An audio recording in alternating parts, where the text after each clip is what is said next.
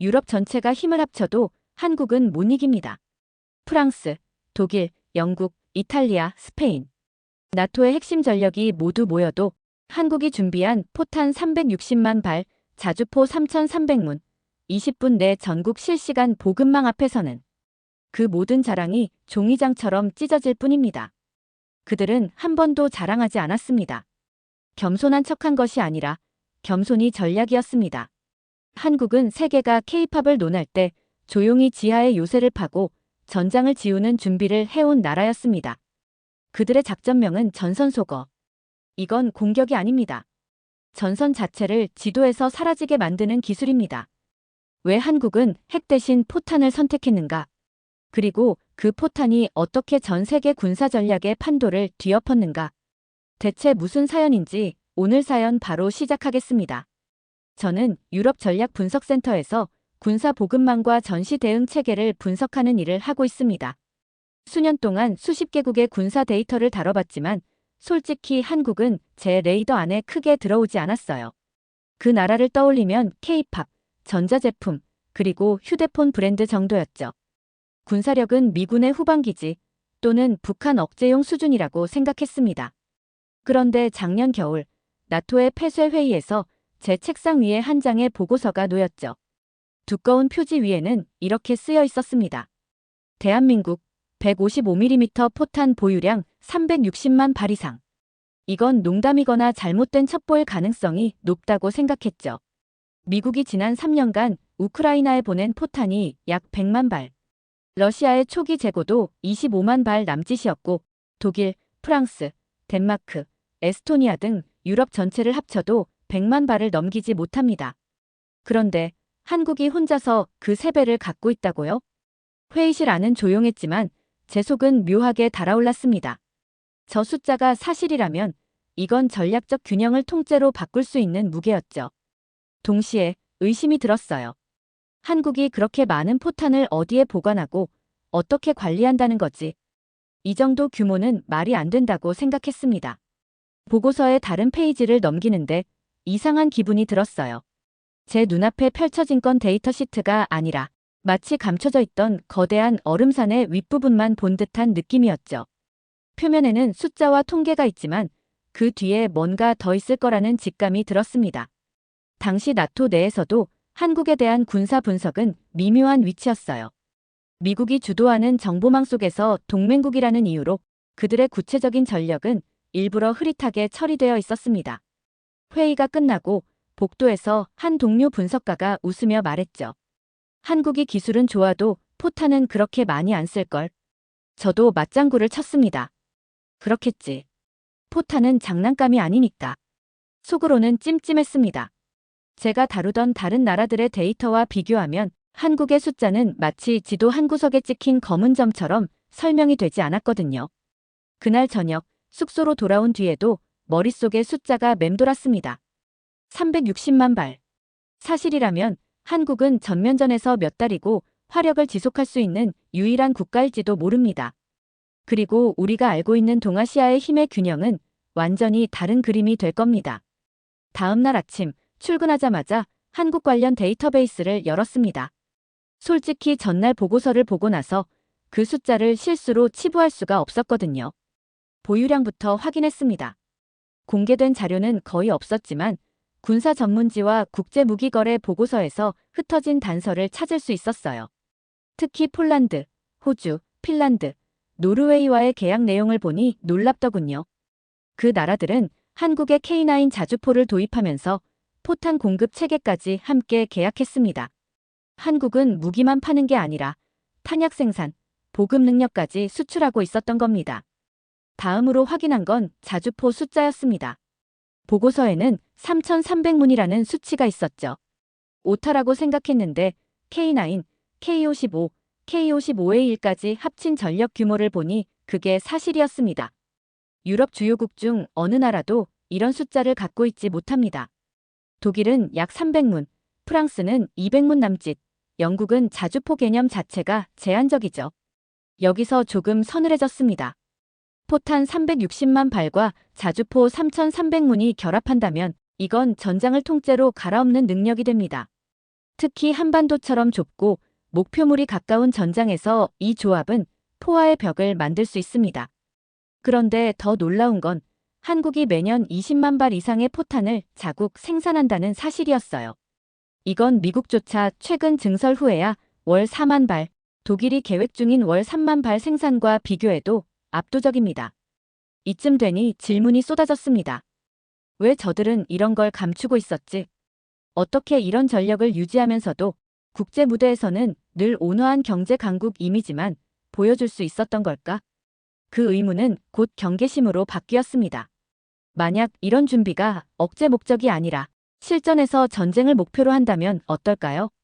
그건 지금까지 분석해온 어떤 국가 전략보다도 위험하고 동시에 완벽한 계획이었습니다. 책상에 앉아 모니터 속 지도를 오래 바라봤습니다. 한반도 지형 위에 3,300개의 붉은 점을 찍어보니 그건 마치 심장 박동처럼 살아 움직이는 네트워크 같았어요. 만약 발사 명령이 떨어진다면 상상만으로도 등줄기에 식은땀이 흘렀습니다. 다음 단계로 한국의 포탄이 어디에 어떻게 보관되는지를 파헤치기 시작했습니다. 360만 발이라는 숫자는 단순 재고 수치가 아니라 살아있는 전력으로 유지하기 위한 보관관리 시스템까지 포함된 개념일 수 있었거든요. 우선 한미연합사령부의 과거 보고서 일부를 찾아냈습니다. 거기서 저는 아주 짧지만 무게감 있는 문장을 읽게 됐죠. 한국의 탄약고 수와 구조는 미군조차 감당할 수 없는 수준이다. 한국의 탄약고는 특정 지역에 몰려있는 게 아니라 전국 산악 지형 곳곳에 분산되어 있었습니다. 그 위치들은 대부분 위성사진으로 식별조차 불가능하게 위장돼 있었고 심지어 민간 지도 서비스에도 표시되지 않는 곳들이었어요. 충격을 받은 건 양이 아니라 설계 방식이었습니다. 한국은 화강암 지대를 그대로 뚫어 만든 지하 요새형 탄약고를 사용하고 있었습니다. 외부 폭격에도 견딜 수 있고 지진에도 무너질 가능성이 극히 낮은 구조였어요. 게다가 내부 온도와 습도는 자동 조절 시스템으로 24시간 유지된다고 나와 있었죠. 포탄이 단순히 쌓여 있는 게 아니라 즉시 사용 가능한 상태로 보관되고 있었던 겁니다. 그 순간 머릿속으로 미군의 중앙집 중식 대형 탄약고 구조를 떠올렸습니다. 넓고 효율적이지만 한번 타격을 받으면 전체가 마비될 위험이 있는 방식이죠. 그런데 한국의 수천 개의 탄약고들이 전국에 퍼져 있어 일부가 파괴되더라도 전체 보급망에는 큰 영향이 없는 구조였습니다. 더 경악스러운 건 이 보급망의 속도였습니다. 자료에 따르면 전시 발발 시 각 탄약고에서 부대까지 20분 이내에 포탄 공급이 가능하다고 나와 있었어요. 마치 땅속에 거대한 개미굴이 연결된 것처럼 도로, 터널, 전용 선로까지 연계된 복합 경로를 통해 포탄이 흘러나가는 그림이 그려졌죠. 상상해봤습니다. 전국 수천 개의 산속에서 동시에 땅문이 열리고 포탄들이 줄지어 이동하며 각 전방 자주포 진지로 쏟아져 들어가는 모습 말입니다. 스스로에게 물었습니다. 어째서 이걸 우리는 몰랐을까? 대답은 간단했습니다. 그들은 보여줄 생각이 없었거든요. 외부의 평가 따위는 신경 쓰지 않고 자신들의 생존 공식에 맞춰 완성시킨 겁니다. 예전에 한국을 다룬 평가 보고서에서 이런 표현을 본 적이 있습니다. 겸손으로 포장된 나라. 그땐 그 문장이 무슨 의미인지 깊게 생각하지 않았지만 지금에 와서야 그 말의 뜻을 이해하게 됐습니다. 그들의 겸손은 외교적 태도가 아니라 스스로의 치명적인 무기를 감추기 위한 정교한 전략이었던 것이었죠. 한국의 탄약고 구조와 보급 속도를 파악한 뒤 유럽의 실태와 비교해보기로 했습니다. 솔직히 그동안 우리 스스로를 나토의 중추라고 부르며 자부심을 가졌거든요. 그런데 데이터를 들여다보기 시작하자 그 자부심이 얼마나 허약한 기반 위에 있었는지 깨닫게 됐습니다. 먼저 독일부터 보았습니다. 155mm 포탄 보유량 약 10만 발. 전시 하루 평균 5천 발을 소모한다고 가정하면 20일 버티면 끝입니다. 프랑스는 약 6만 발, 하루 3천 발 소모 20일 남짓. 영국은 더 적었고 이탈리아와 스페인은 각기 5만 발 언저리. 이건 우크라이나 전쟁에서 이미 검증된 수치였죠. 생산 능력은 더 심각했습니다. 독일은 공장 증설 후에도 월 3만 발이 최대치, 프랑스와 이탈리아는 월 1만 발 수준에 불과했습니다. 그마저도 민간 계약과 수출 물량이 섞여 있어 실제 전시 전용 생산은 절반에도 못 미칩니다. 그 순간 제 머릿속에 한국의 숫자가 다시 떠올랐습니다. 보유량 360만 발, 연간 생산량 20만 발 이상. 게다가 전국에 분산된 탄약고와 전시 20분 이내 보급망. 솔직히 비교하는 게 무의미하다고 느껴질 정도였습니다. 저는 노트북 화면을 두 개로 나눠 놓고 왼쪽에는 유럽 각국의 포탄 재고 그래프를, 오른쪽에는 한국의 수치를 띄웠습니다. 왼쪽은 낮은 막대들이 겨우 1개월, 2개월 분량을 표시하고 있었고, 오른쪽은 거대한 기둥 하나가 그래프 전체를 압도하고 있었죠. 그걸 보는 순간 제 안에서 어떤 불쾌한 감정이 올라왔습니다.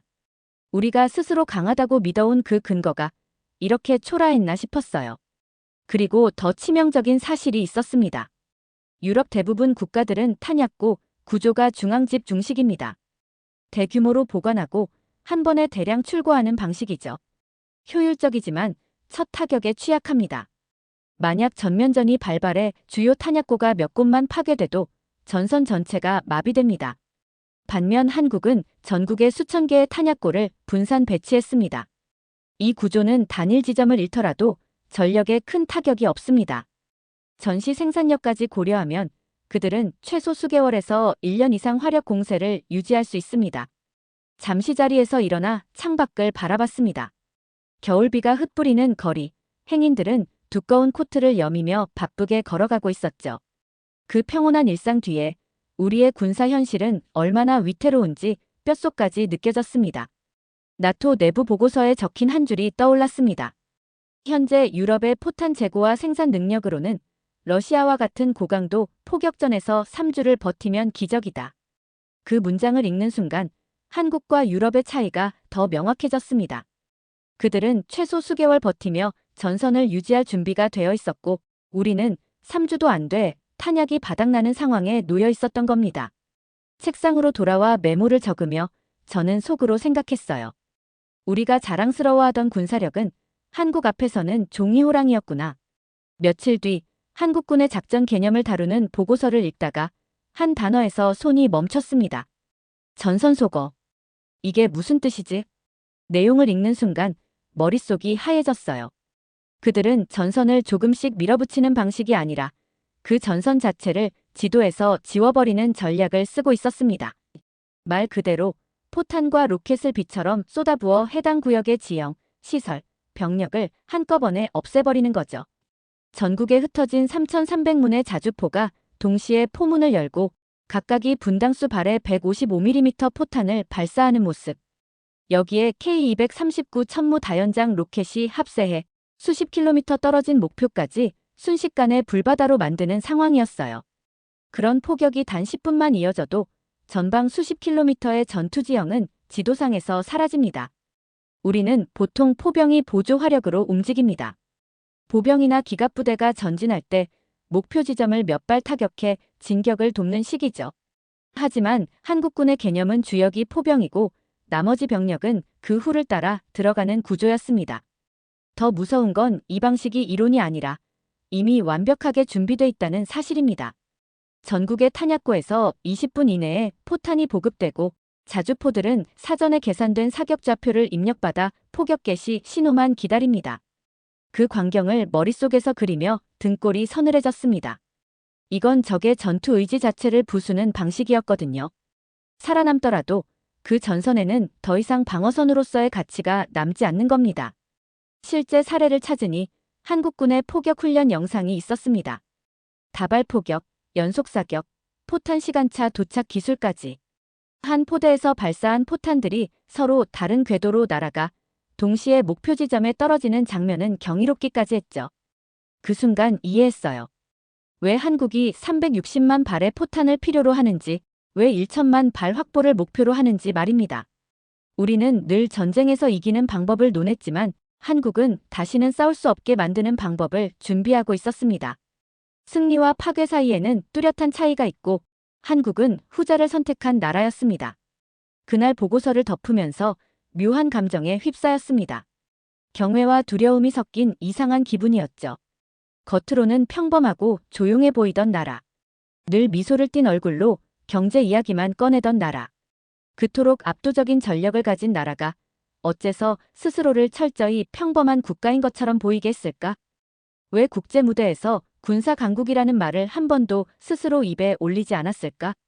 그 의문은 제게 숙제처럼 남았고, 저는 마침내 답을 찾기 위해 한국이라는 나라를 정밀하게 들여다보기 시작했습니다. 지도 위에 한반도를 바라보는 순간 모든 퍼즐 조각이 제자리를 찾아가기 시작했어요. 한반도는 지리적으로 4개의 강대국, 중국, 러시아, 일본, 그리고 미국의 시선이 교차하는 거대한 회랑 위에 놓여 있었습니다. 그 위치는 자원이 풍부하지도 지형이 넓지도 않았지만 전략적으론 세계에서 가장 뜨겁고 민감한 지점이었죠. 그런데 그 위치는 축복이 아니라 오히려 끝없는 압박과 생존 경쟁의 무대였습니다. 하나의 선택이 곧 외교 분쟁으로 번지고 작은 움직임 하나에도 주변 강대국의 의심과 간섭이 쏟아지는 땅. 그렇기 때문에 한국은 외교적으로 조심스럽고 군사적으로는 침묵하는 방식을 택할 수밖에 없었습니다. 자료 속 한국의 군사 전략 기조를 다시 펼쳐봤습니다. 거기엔 소리 없는 문장이 하나 숨어 있었습니다. 겸손은 전략이고 침묵은 생존이다. 그들의 겸손은 성격이나 문화가 아니었습니다. 그건 분명하고 계산된 생존 전략이었어요. 허세를 부리기보다는 실력을 키우고 외부 시선이 분산된 틈을 타 천천히, 조용히, 치밀하게 준비하는 방식. 그들은 무력을 자랑하지 않았고 군사력을 과시하지도 않았습니다. 대신 세계 무대에선 K 콘텐츠, 반도체, 배터리, 조선소를 내세우며 문화 강국, 기술 강국의 이미지를 강조했죠. 덕분에 주변 강국들의 경계심을 무디게 만들 수 있었고 그 사이 국내에선 누구도 상상하지 못할 속도로 무장을 완성해간 것입니다. 겉은 부드럽지만 속은 단단하다. 그들의 외교적 태도와 군사 전략을 관통하는 한 줄 요약이자 군사 전략 교과서에서도 보기 힘든 수준의 완벽한 포지셔닝이었습니다. 실제로 한국은 경제 지표로는 세계 10위권, 기술력은 반도체, 조선, 배터리 분야에서 세계 최정 상급이었습니다. 그리고 그 경제 기반 위에 수천 개의 지하 요새형 탄약고를 얹었습니다. 그제야 저는 또 하나의 질문에 도달했습니다. 왜 한국은 핵무기를 선택하지 않았을까? 파고들수록 답이 명확해졌습니다. 핵은 개발하는 순간 전 세계의 감시와 제재 대상이 됩니다. 한 발 잘못 꺼내면 수십 년 외교의 신뢰를 잃을 수도 있어요. 하지만 155mm 포탄과 자주포는 다릅니다. 방어라는 명분 아래 아무도 문제 삼을 수 없을 만큼 합법적이고 정당한 방식으로 싸울 수 있습니다. 그리고 놀라운 건 한국이 쌓아온 이 재래식 전력이 어지간한 핵보다도 실전적이고 위협적인 억지력을 갖고 있었다는 사실이죠. 360만 발의 포탄, 3,300문 이상의 자주포, 여기에 전국을 덮는 분산형 탄약고와 20분 내 보급망까지 결합되면 단 하루 만에 전선을 통째로 지우는 능력이 실현됩니다. 그건 더 이상 재래식이라는 단어로 설명될 수 없는 전장을 무력화시키는 현대식 압도 화력 전략이었어요. 이쯤에서 저는 소름이 돋았습니다. 한국의 침묵은 두 가지 의미를 가졌습니다. 첫째, 상대가 자신을 과소평가하도록 만들고, 둘째, 그 순간이 오면 아무도 예상 못한 수준의 반격을 가하는 것. 보고서를 덮고 의자에 기대어 창밖을 봤습니다. 하늘 아래로 도심이 펼쳐져 있었지만 제 눈엔 한국의 지도가 겹쳐 보였습니다. 한 가지 확신이 들었습니다. 한국은 힘을 숨긴 게 아니라 올바른 순간을 기다리고 있었던 것이라고요.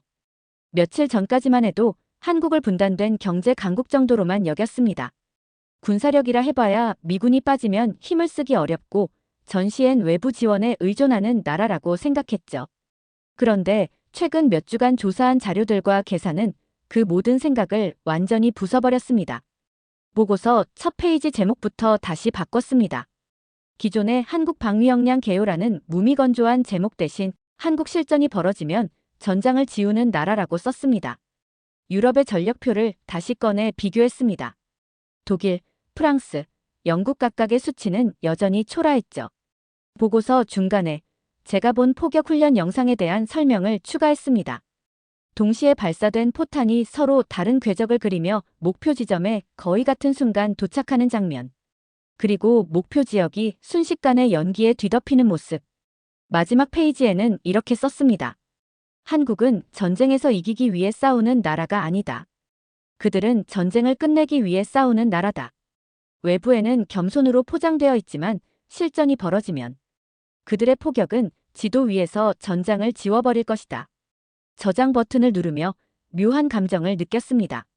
한편으로는 이 나라를 더 깊이 이해하게 된 만족감, 다른 한편으로는 만약 우리가 이 나라를 적으로 돌린다면 겪게 될 참상을 상상한 두려움이었죠. 보고서를 완성한 뒤에도 제 마음은 무겁게 가라앉아 있었습니다. 단순한 분석 문서를 넘겨주는 게 아니라 이건 세계의 군사 지도에 새로운 색을 칠하는 일이었으니까요. 저는 이 보고서를 국제 군사 분석 포럼에서 발표하기로 했습니다. 처음엔 주저했습니다. 이 내용이 공개되면 많은 사람들이 믿지 않을 것이고 일부는 과장이라고 비웃을 테니까요. 하지만 숨기기엔 너무 중요한 사실이었습니다. 발표 당일 회의장엔 나토와 아시아, 태평양 지역의 군사 관계자들이 모여 있었습니다. 단상에 서서 첫 슬라이드를 띄웠습니다. 한국 실전이 벌어지면 전장을 지우는 나라라는 제목이 화면에 뜨자 여러 시선이 의아하게 저를 향했습니다. 몇몇은 이미 팔짱을 끼고 미소를 지었죠. 천천히 그리고 구체적으로 설명을 시작했습니다. 포탄 보유량 360만 발, 연간 생산 20만 발 이상, 3,300문의 자주포와 전국에 분산된 수천 개의 지하 요새형 탄약고, 그리고 전시 20분 이내 보급이 가능한 체계. 이 수치와 구조를 하나하나 비교하자 회의장의 공기가 서서히 변해갔습니다. 유럽 각국의 포탄 재고와 생산 능력을 보여주는 그래프를 띄웠을 때 처음에 그 여유로운 표정들은 사라지고 대신 이마에 주름이 잡혔습니다. 3주 버티면 기적이라는 나토 내부 보고서의 문장을 읽어주자 몇몇 대표단은 노트북을 덮고 제 말을 집중해서 들었습니다. 그리고 마지막으로 한국군의 전선소거 개념을 설명했습니다. 그들의 전략은 밀어붙이는 전진이 아니라 전장을 지도에서 지워버리는 것이라고. 수천 문의 자주포와 다연장 로켓이 동시에 발사돼 적의 방어선과 보급선, 지휘 체계까지 순식간에 붕괴시키는 방식. 발표가 끝난 후 한 장성이 제게 다가와 물었습니다. 이 내용 정말 사실입니까? 그렇습니다. 그리고 그들은 이를 굳이 숨기지도 드러내지도 않습니다. 필요할 때만 꺼내 쓰죠. 그 대답에 장성은 말을 잇지 못했습니다. 저는 그의 표정에서 며칠 전 제 얼굴을 그대로 봤습니다. 놀람과 경계, 그리고 조금의 두려움이 섞인 표정이었죠. 한국은 군사강국이라는 라벨로 설명할 수 있는 나라가 아니었습니다. 그들은 생존을 위해, 그리고 전쟁을 끝내기 위해 자신들의 힘을 숨긴 나라였습니다. 마지막으로 보고서의 결론에 썼던 문장이 떠올랐습니다. 한국을 얕보는 것은 전장의 결말을 미리 정해버리는 것과 같다. 그들은 실전이 시작되면 지도 위에서 전장을 지워버릴 것이다. 이번 여정을 통해 저는 한 나라를 본다는 것이 무엇인지 배웠습니다. 처음 한국을 떠올렸을 때 제 머릿속엔 평화롭고 기술력 높은 경제국가의 이미지뿐이었죠. 하지만 자료를 파헤치고 숫자를 비교하고 그 속에 숨겨진 전략을 이해하면서 그 평화는 결코 우연이 아니었고 무력함에서 비롯된 것도 아니었습니다. 그들은 필요 없는 말 대신 묵묵히 준비했고 힘을 드러내는 대신 침묵으로 시간을 벌었습니다. 그리고 그 힘은 제가 상상했던 범위를 훨씬 넘어서는 것이었죠. 이제 저는 확신합니다. 한국을 얕보는 건 위험한 실수이며 그 대가를 치를 수 있는 국가는 거의 없을 겁니다. 보고서를 쓰고 나서 제 세계관은 변했습니다. 전략이란 무기를 많이 가지는 것보다 언제, 어떻게 꺼내는지가 더 중요하다는 걸 한국이 제게 보여줬습니다. 언젠가 한국을 방문하게 된다면 그들의 땅, 그들의 하늘, 그리고 그들이 지켜온 평화를 진심으로 존중하는 마음으로 서 있을 겁니다. 두 번째 사연 시작합니다. 한국은 총을 쏘지 않고도 전쟁을 끝낼 수 있는 유일한 나라입니다. 40년 넘게 전쟁을 설계해온 프랑스 해걱제 전략가가 직접 보고 듣고 무너졌다고 말한 그 나라. 전쟁의 방식이 아니라 전쟁의 정의 자체를 바꾼 나라. 그는 말합니다. 한국은 무기를 만들지 않았습니다. 국민 전체가 그 자체로 무기였습니다. 대체 무슨 사연인지 오늘 사연 바로 시작하겠습니다. 저는 장 마르셀입니다. 프랑스 출신으로 40년간 나토에서 핵억제 전략을 연구했고 그중 17년은 핵확산 억제실 실장으로 일했어요. 핵을 다룬다는 건 곧 전쟁을 멈추기 위한 가장 위협적인 수단을 다루는 일이라고 배웠고 그렇게 살아왔죠. 사람들은 핵무기를 악마라 부르지만 저는 오히려 인간이 만든 가장 냉철한 계산기라 생각했어요. 전쟁을 원하지 않을수록 강력한 파괴력을 손에 쥐고 있어야 합니다. 그게 제 철학이었죠. 전쟁을 막는 건 겁을 주는 일이었으니까요. 두려움은 평화의 전제 조건이라 여겼습니다. 그런데 2025년 충격적인 사건이 찾아왔어요. 인도와 파키스탄의 충돌. 두 나라 모두 핵을 보유한 상태에서 실제로 전술핵을 사용하겠다는 발언이 언론에 오르내리기 시작했죠. 저는 긴급히 브뤼셀 전략센터로 호출받았고 곧바로 분석에 착수했습니다. 그런데 그 자료들 사이에 기이한 문서가 하나 있었어요. 한국 제3차 세계대전 발발 시 민간 대응 시나리오. 처음엔 웃었어요. 핵폭탄이 떨어지는데 한국이 무슨 대피 시나리오를 짠다고. 그건 폭풍 앞에서 우산 펼치는 수준 아닌가. 하지만 문서를 읽는 내내 저의 오만은 조각나기 시작했죠. 그 안엔 예상 도발 시점, 인도 내 K기업 대피 경로, 우회 수송망 확보 계획, 인도 공장 재가동 시점까지 놀라울 정도로 세밀한 시뮬레이션이 포함돼 있었어요. 놀랍게도 군사 정보보다 민간 정보가 더 정밀했습니다. 보고서 하나를 다시 펼쳐 들었어요. 2025년 5월 7일, 인도 공군이 파키스탄 북부 테러리스트 캠프를 정밀 타격한 직후 작성된 나토 긴급 분석문이었죠. 파키스탄은 민간 피해를 주장했고 즉시 보복을 선언했습니다. 다음 날 인도 전투기 5대가 격추됐다는 소식이 도착했어요. 그 순간 제가 수십 년간 막아온 균형이 무너지는 소리가 들렸죠. 장, 이건 억제 실패야. 제 동료들은 술렁였고 저는 입을 다물 수밖에 없었어요. 지금까지는 단 한 번도 두 핵보유국이 이처럼 신속하고 무차별적으로 보복을 주고받은 적이 없었거든요. 이건 단순한 국지전이 아니었습니다. 이건 20세기 말에 그토록 두려워했던 핵 연쇄 반응 시나리오의 초기 국면이었어요. 나토 전략 서버엔 실제 사용 임계점이란 단어가 계속 떠올랐죠. 파키스탄은 전술핵 사용 가능성을 언급했고 인도는 국경방어선 강화와 동시에 비상전시 체제를 가동했습니다. 그러자 전 세계 군사위성의 시선이 히말라야를 향하기 시작했어요. 제 머릿속엔 하나의 수치만 떠올랐습니다. 11억 명. 이건 인도와 파키스탄의 총합 인구였어요. 그리고 다음 페이지에 적힌 분석에 저는 숨이 막혔죠. 핵 사용 후 일주일 내 사망자 4천만 명 예상. 전 세계 식량망 붕괴로 인한 기아자 수 최대 20억 명 도달 가능. 그 순간 깨달았어요.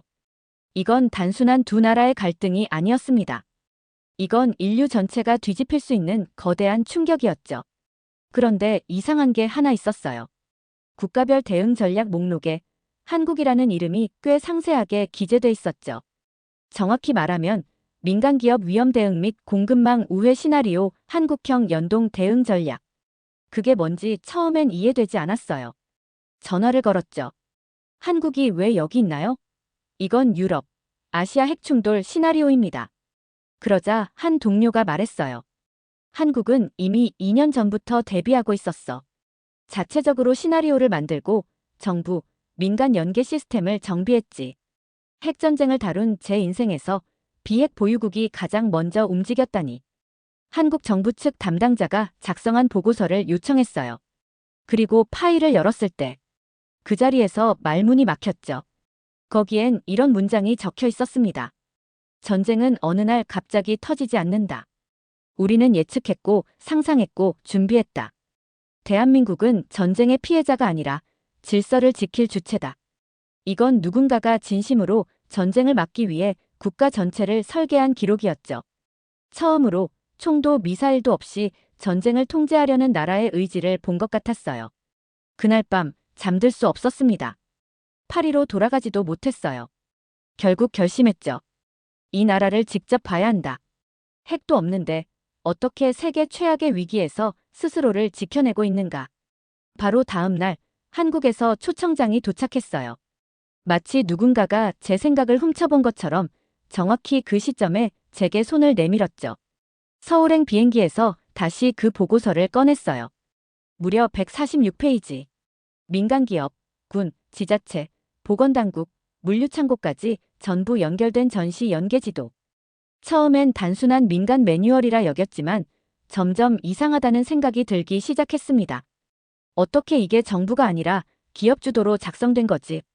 거기엔 현대차, 삼성, 포스코, 심지어 작은 전자부품 협력업체까지 이름이 빼곡히 적혀 있었어요.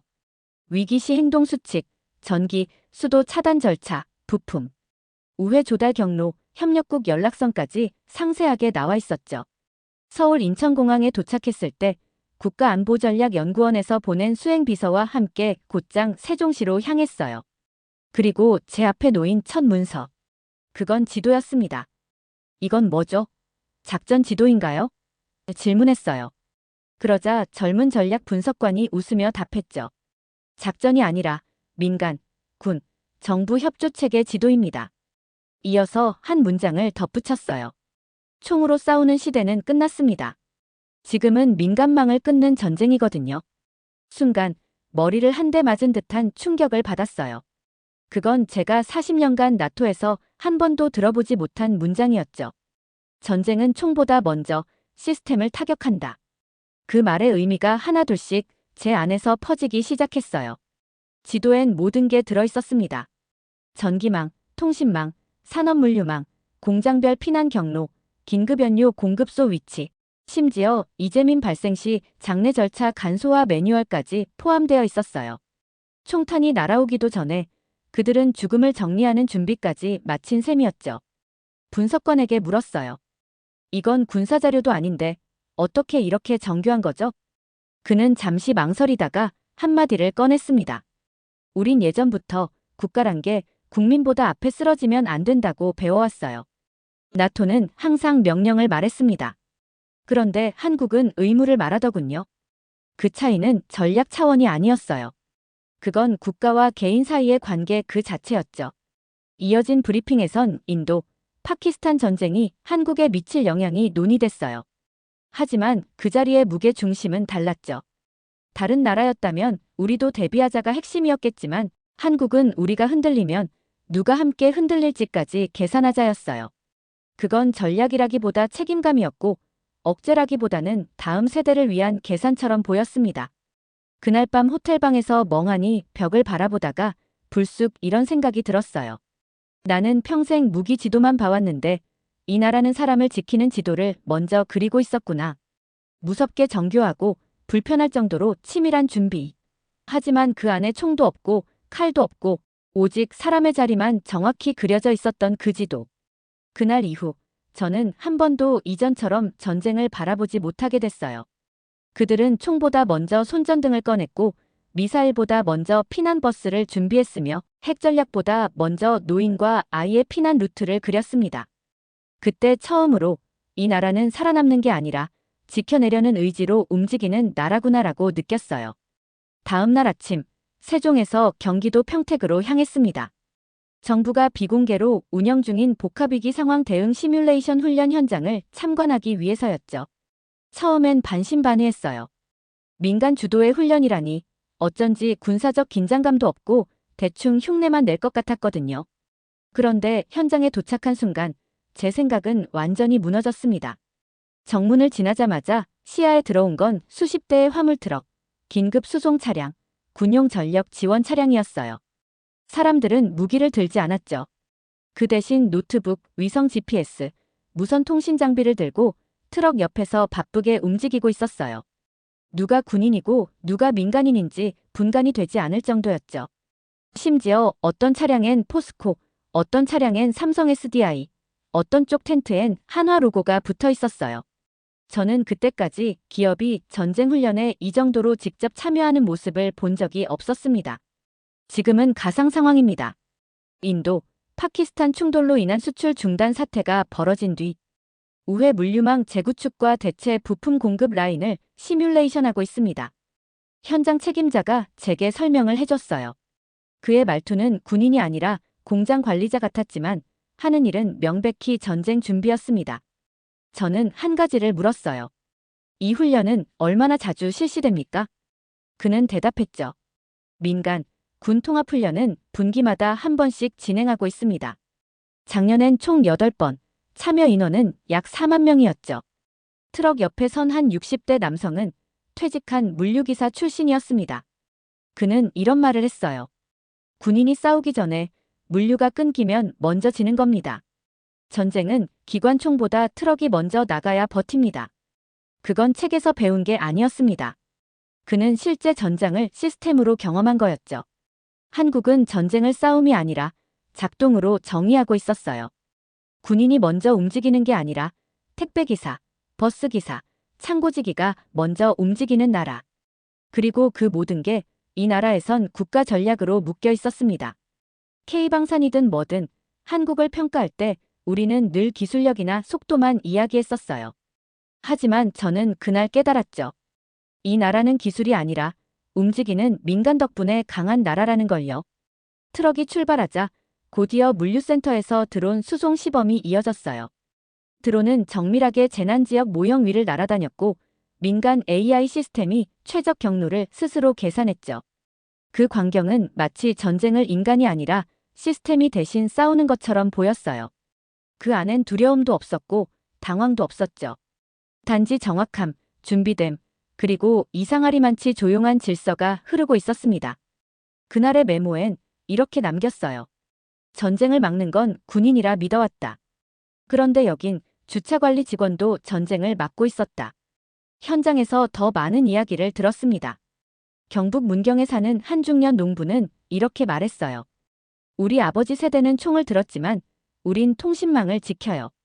또 한 명의 물류회사 관리자는 더 놀라운 말을 했습니다. 저희는 물건만 나르는 게 아니에요. 전쟁이 나면 사람을 실어 나르고 그게 안 되면 정보라도 전달해야 합니다. 그래서 모든 직원이 비상시 대피로를 외우고 있어요. 가장 인상적인 건 한 초등학교 교장 선생님이었어요. 그는 훈련 참관을 위해 왔다고 했습니다. 아이들에게 가르치고 있어요. 전쟁은 폭탄이 떨어질 때가 아니라 불안이 퍼질 때 시작된다고요. 그래서 우리 학교는 불안 방지 훈련을 하고 있죠. 아이들이 차분하게 질서를 지키며 어른을 도울 수 있게요. 그날 밤 저는 한국 국방부의 한 간부와 식사를 함께 했어요. 그는 마지막에 이런 말을 했습니다. 우린 미사일보다 빠르게 움직이는 게 목표입니다. 전쟁보다 빠른 시스템이 있으면 총을 꺼낼 일이 없어지거든요. 그 말을 들으며 잔을 내려놓았어요. 그때 제 머릿속에 한 문장이 맴돌았죠. 이 나라는 전쟁이 아니라 전쟁 이전을 통제하고 있다. 그게 제가 평생 꿈꿔온 전쟁 억제의 완성형이 아니고 대체 뭐였을까요? 서울 광화문 근처 호텔에서 아침을 맞은 건 출장 나흘째 되는 날이었어요. 창밖으론 출근길 인파가 끊임없이 흐르고 있었죠. 그들을 보며 문득 이런 생각이 들었어요. 지금 세계 곳곳에서 전쟁 얘기가 나오는데 이 사람들은 왜 이렇게 차분하지? 바로 그날 국내 주요 기업 재난 대응 회의에 초청을 받았어요. K자동차, L전자, 그리고 모 재벌그룹 산하물류, 건설 계열사까지 참여하는 민관 합동 회의였죠. 회의실은 사무적인 분위기였지만 의제는 상상 이상이었습니다. 중동 해상 봉쇄 시 원유 재고, 시나리오 확보. 인도 생산라인 마비 시 브라질 우회라인 자동 전환. 파키스탄 공장 철수 시 피해 최소화 로드맵. 이건 정부 전략 회의도 아니고 민간 기업이 이런 걸 왜 먼저 하고 있죠? 통역을 맡은 한국 전략관이 답했죠. 한국에선 기업이 먼저 움직이지 않으면 정부도 늦습니다. 위기를 체감하는 건 정부보다 시장이 먼저니까요. 그 말에 저는 몸이 굳었어요. 한국에선 통제보다 예측이 먼저 움직이는 구조였던 겁니다. 심지어 기업들은 내부 시나리오도 단순한 수익 손실이 아니라 협력국 노동자의 인명피해를 먼저 고려하고 있었어요. 부품을 어디로 우회하느냐보다 어떤 지역에 아이가 많고 그 학교 주변 도로가 어떻게 통제될지를 먼저 따졌습니다. 한 기업 실무자는 이런 말을 했어요. 돈은 다시 벌면 됩니다. 그런데 공급망에 연관된 나라의 어린이들이 피해를 입으면 우린 평생 그 국가에 발을 못 들이죠. 그 순간 머릿속에 전기처럼 떠오른 문장이 있었어요. 이 나라는 이익보다 기억을 먼저 계산하는 나라구나. 그 회의장에선 더 놀라운 장면들이 이어졌습니다. 중견기업 사장이 일어나 말했어요.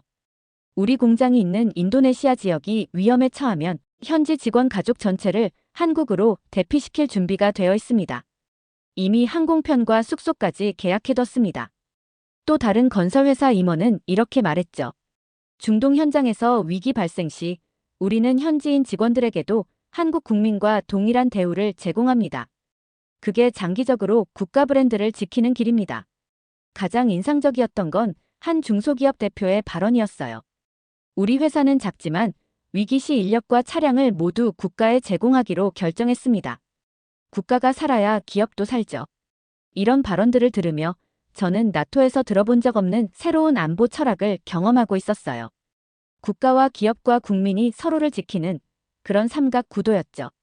그날 오후 행정안전부 산하위기관리센터에 들렀습니다. 거기선 정부 차원의 국가 예측형 대응망 시연이 진행 중이었죠. 시뮬레이션은 이렇게 시작됐어요. 인도발 정밀 타격, 무역항 혼란, 한국 수출항 병목, 소비재 공급 붕괴. 그런데 놀라운 건 정부보다 먼저 반응한 건 전국 편의점 물류망 시뮬레이션이었어요. 즉, 국가가 움직이기도 전에 이미 민간 유통망이 발빠르게 시뮬레이션에 들어간 겁니다. 이게 가능한 구조인가요? 담당자는 당연하다는 듯 말했죠. 한국은 전쟁 대비 시스템이 두 겹입니다. 하나는 군사고 하나는 민간이죠. 둘이 동시에 움직이면 상대가 아무리 강해도 못 뚫습니다. 이건 시스템이 아니라 문화였습니다. 명령이 내려와야 움직이는 나라와 징후만으로 먼저 움직이는 나라는 전쟁 발발 시점부터 다를 수밖에 없죠. 실제로도 인도, 파키스탄 충돌 직후 한국 기업들은 미국보다 하루 먼저 인도 현지 인력 철수를 시작했고 유럽보다 이틀 빨리 물류 선적을 재조정했습니다. 그 누구보다 먼저 움직였고 가장 적은 피해를 입었죠. 세부적인 대응 시스템에 대해 더 알고 싶었어요. 담당자는 전국 단위 시스템을 보여주었죠. 실시간으로 전국 곡물창고, 물류센터, 약국, 주유소 정보가 모두 연결되어 있습니다. 위기 발생 시 어느 지역에 무엇이 부족한지 바로 파악하고 재분배할 수 있죠. 그뿐만이 아니었어요. 이들은 위기 대응 3단계라는 독특한 시스템을 갖추고 있었습니다. 1단계, 민간 기업의 선제 움직임. 2단계, 지자체와 관공서의 지원체계 가동. 3단계, 중앙정부와 군의 통합 대응. 이건 하향식이 아니라 상향식 대응 체계였죠. 가장 작은 단위에서 먼저 감지하고 움직이는 시스템이었어요.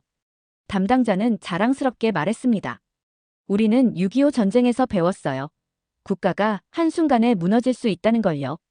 그래서 국민 하나하나가 작은 국가처럼 움직일 수 있어야 한다고 생각합니다.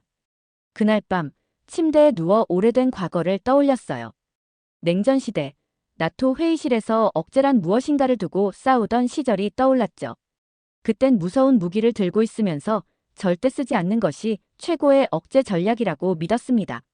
하지만 지금은 다릅니다. 한국은 무기를 꺼내기도 전에 전쟁을 막고 있었어요. 그건 무서워서 피한 게 아니라 먼저 준비했기 때문에 피해가지 않아도 되는 방식이었죠. 한국은 매번 먼저 움직였습니다. 정부보다 기업이, 군대보다 민간이, 위기보다 시민이 한 발 더 앞에 서 있었어요. 그리고 그 모습이야말로 제가 평생 그토록 찾고 싶었던 전쟁 없는 억제력의 정체였는지도 모르겠습니다. 장 실장님, 오늘은 조금 먼 곳으로 이동합니다. 국방부 관계자의 말에 저는 고개를 끄덕였어요. 이날은 한국 방산업체의 실전 대응 시스템을 직접 보기로 한 날이었습니다. K9 자주포, K2 전차, 천무 다연장 로켓. 수많은 데이터와 영상으로만 보던 그 괴물들을 직접 마주하게 되는 순간이었죠. 경북 창원, 울산과 가까운 이 도시는 한국 기계산업과 방위산업의 심장 같은 곳이라 들었습니다. 버스 창밖으로 공장들이 하나둘 보이기 시작했을 때 저는 머릿속으로 자꾸 나토 창고의 그 거대한 미사일 창고를 떠올리고 있었어요. 여기도 그와 비슷하겠지. 그렇게 생각하고 도착한 첫 공장은 예상과 너무 달랐습니다. 입구에서 저를 맞이한 건 군인도 무장요원도 아니었어요. 방호복도 없이 파란 유니폼을 입은 젊은 기술자들이었죠. 그중 한 명이 웃으며 말했어요. 실장님, 오늘 보실 건 총이 아니라 신호입니다. 그 말의 의미는 10분 후에야 이해됐습니다. 거대한 조립라인 위에선 자주포 궤도판과 전자유도, 장비가 정확한 각도로 정렬되고 있었죠. 그들은 기계 부품을 조립하는 게 아니라 정확한 시나리오대로 움직이는 하나의 전투 시스템을 만드는 중이었어요. 설계도엔 이런 문장이 적혀 있었습니다. 목표는 사격이 아니라 도달이다. 무기는 터지기 위해 존재하지 않는다. 억제력은 정확성에서 비롯된다. 이건 군용무기 철학으로 보기 어렵군요. 그러자 동행한 한국방산연구소 소장이 고개를 끄덕이며 답했죠. 우린 무기를 만들 때 사용을 최후로 미루는 구조를 만듭니다. 무기는 기술이 아니라 사상입니다. 전쟁을 빠르게 끝내는 게 아니라 애초에 전쟁이 시작되지 않게 만드는 데 초점을 맞추죠. 그 말은 저를 아연하게 만들었어요. 나토에서도 수많은 무기를 봤지만 그 무기 하나하나에 이런 정신을 집어넣는 나라는 처음이었거든요. 해당 공장의 또 다른 생산 라인도 살펴보았습니다. 그곳에선 K2 전차의 전자 시스템을 테스트하고 있었어요. 놀라운 건 전차 포신의 정확도 못지않게 중요시 여기는 게 통신 안정성이었죠. 이건 움직이는 전략 거점입니다. 포탄을 발사하는 능력보다 정보를 주고받는 능력이 더 중요합니다. 운영 담당자의 이 말에 다시 한번 충격을 받았어요. 그들은 파괴력이 아니라 연결력에 초점을 맞추고 있었죠. 이런 접근은 제가 나토에서 배워온 무기 개념과는 완전히 달랐습니다. 특히 K9 자주포 조립 공정 마지막 단계는 압권이었어요. 그 위에선 실제 사격 테스트 대신 사용 없이 억제하는 효과 검증이 이뤄지고 있었죠. 요약하면 이렇습니다. 상대국이 이 무기를 보았을 때 선제 타격을 포기하게 만드는 심리적 효과를 AI 시뮬레이션으로 측정하고 있었던 겁니다. 전쟁을 막는 무기가 실제로 쓰지 않는 것을 설계 목표로 삼는 나라.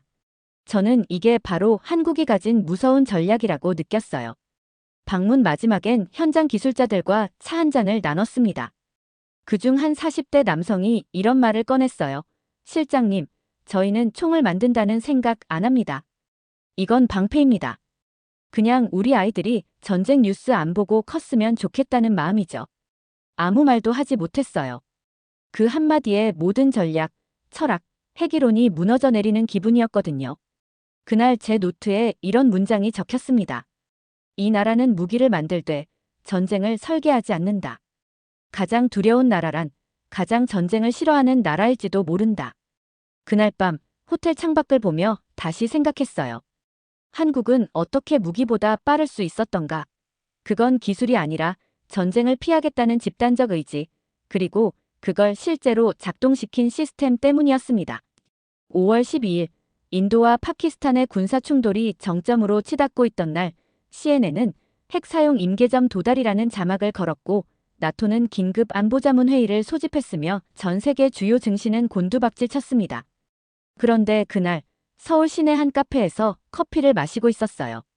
놀랍게도 제 옆자리엔 누군가 노트북과 휴대폰을 자리에 그대로 두고 자리를 비우고 있었죠. 카페는 조용했고 사람들은 평소처럼 각자의 시간을 보내고 있었어요. 전쟁이 세계를 긴장시킬수록 이 도시는 오히려 더 평온해 보였습니다. 혹시 저 자리 주인이 누구예요? 카페 주인에게 물었어요. 그는 웃으며 말했죠. 한국에선 다들 그냥 두고 가요. 누가 손대지 않으니까요. 그 순간 혼란스러웠어요.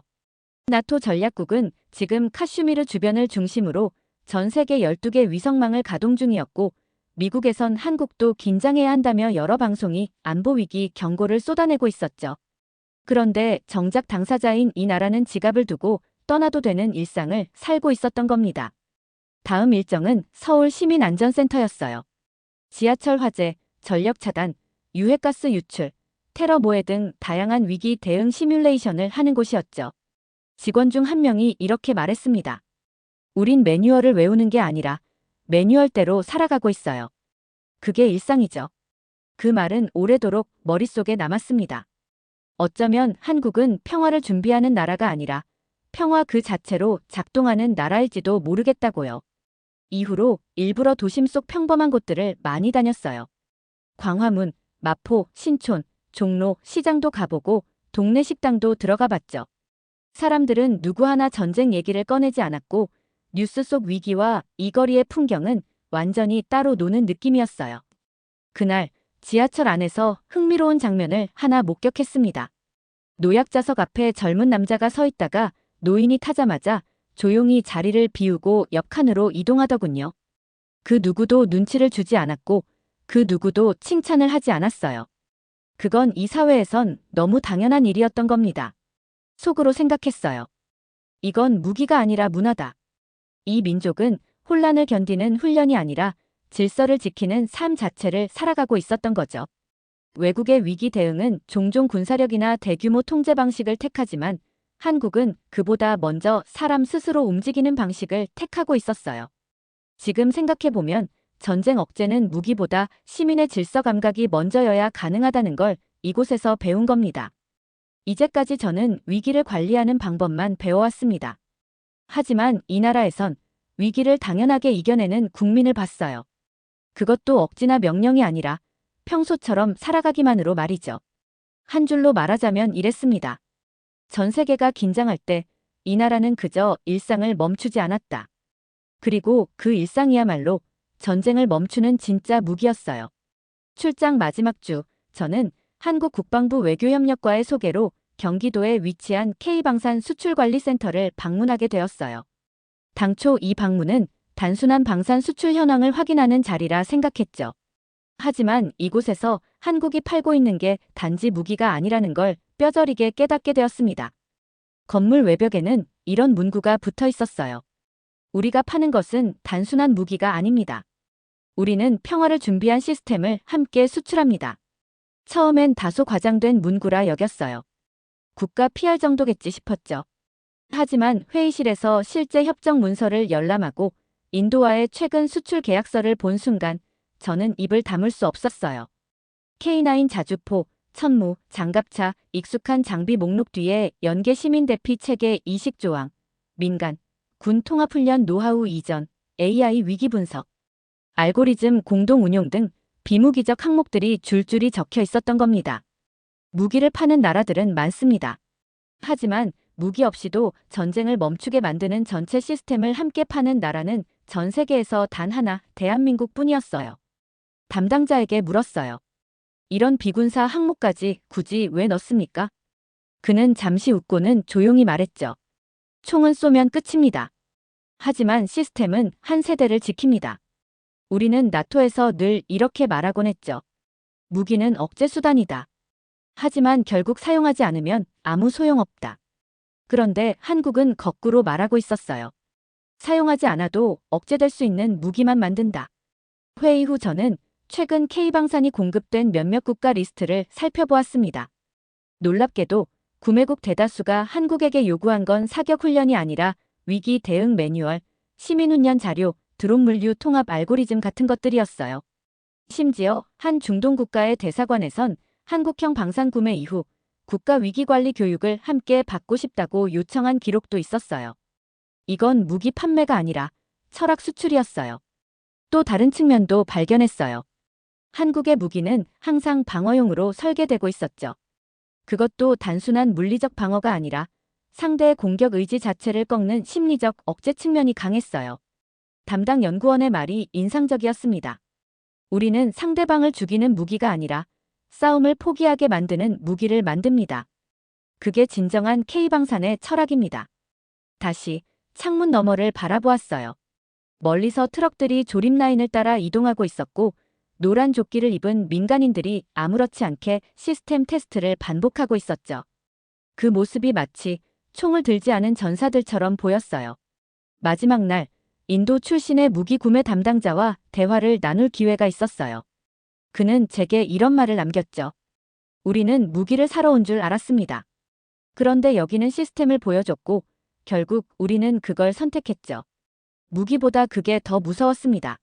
한국은 지금 탄환보다 체계를 팔고 있고 총소리보다 일상을 무기로 삼고 있었습니다. 그게 가능했던 건 이 나라가 처음부터 전쟁을 피하는데 집중했기 때문이죠. 그리고 그 사상을 이제는 전 세계가 배우고 싶어 하고 있었어요. 전 그날 노트에 이렇게 적었습니다. 한국은 총을 쏘지 않고 전장을 장악한 유일한 나라다. 그들이 파는 것은 무기가 아니라 살아남는 질서였다. 귀국을 하루 앞둔 밤 서울 북촌 한옥마을을 걸었습니다. 고요한 골목에 은은한 전등 불빛이 켜져 있었고 골목 끝 작은 찻집에선 아주머니가 조용히 창밖을 닫고 있었어요. 그 풍경은 너무도 평화로워서 차라리 비현실적으로 느껴졌죠. 불과 이틀 전 나토는 다시 긴급 작전권 회의를 열었습니다. 파키스탄은 핵무기 사용 조건을 언급했고 인도는 모든 수단을 동원하겠다고 선언했으며 전 세계가 숨을 죽이고 있었어요. 그런데 이 나라 한국은 여전히 제자리였습니다. 출근하는 사람들, 붐비는 지하철, 빨래를 널고 자전거를 타고 커피를 마시는 사람들. 아무도 무기 들지 않았고 아무도 피하지 않았어요. 프랑스로 돌아가면 핵 억제론 보고서를 제출해야 했습니다. 그 보고서의 첫 줄을 어떻게 시작해야 할까? 도무지 단어가 떠오르지 않았어요. 그때였습니다. 한 초등학교 앞 횡단보도에서 노란 조끼를 입은 할아버지 한 분이 학생들의 손을 잡아 건너게 해주고 있었죠. 교통정리를 마친 그와 대화할 때 그가 조용히 말했어요. 이 아이들 하나하나가 나라지요. 그 순간 저는 멈춰섰어요. 나토에서 수백 번 국가방어를 말해왔습니다. 군사 균형, 작전 계획, 미사일 배치, 핵 억제 수단. 하지만 이 노인은 총도 들지 않았고 전투복도 입지 않았지만 누구보다도 나라를 지키고 있었어요. 돌이켜보면 한국에서 제가 본 군사력은 전부 제 상식 바깥에 있었습니다. K9 자주포가 아니라 카페에서 자리를 지키던 대학생. 전투기보다 빨리 움직이던 물류트럭. 철모가 아닌 헬멧을 쓰고 위기를 대비한 공장 노동자. 그리고 무엇보다 전쟁 얘기조차 꺼내지 않는 국민들. 그들은 아무것도 특별하지 않았어요. 그냥 일상을 살아갔죠. 그런데 그 평범함이 너무도 견고하고 너무도 강해서 어떤 군사 위협도 뚫을 수 없다는 걸 깨달았어요. 그게 진짜 억제력이었습니다. 총이 아니라 시민이 만드는 질서. 무기가 아니라 사람이 지키는 거리. 전 그걸 너무 늦게 배운 겁니다. 출국 전 마지막 일정으로 군사안보자문관과 커피를 나눴습니다. 그는 조용히 이런 말을 했어요. 우린 아직도 늘 불안합니다. 하지만 한 가지는 분명합니다. 국민이 무너지지 않는 한 국가는 절대 무너지지 않아요. 그 말에 고개를 떨궜습니다. 전 평생 군인이었습니다. 전쟁을 막는 법을 전쟁의 언어로 배웠죠. 그런데 이 나라에 와서 처음 알게 됐습니다. 전쟁을 멈추는 힘은 전쟁을 상상하지 않는 국민에게 있다는 걸요. 비행기를 타기 전 노트를 펼쳤습니다. 마지막 기록은 이렇게 적혔습니다. 나는 군인이었고 그들은 국민이었다. 나는 위기를 분석했지만 그들은 삶으로 견뎠다. 그리고 그 힘이 전쟁을 멈추고 있었다. 이제 저는 돌아갑니다. 하지만 제가 떠나도 그들은 여전히 전쟁을 막고 있을 겁니다.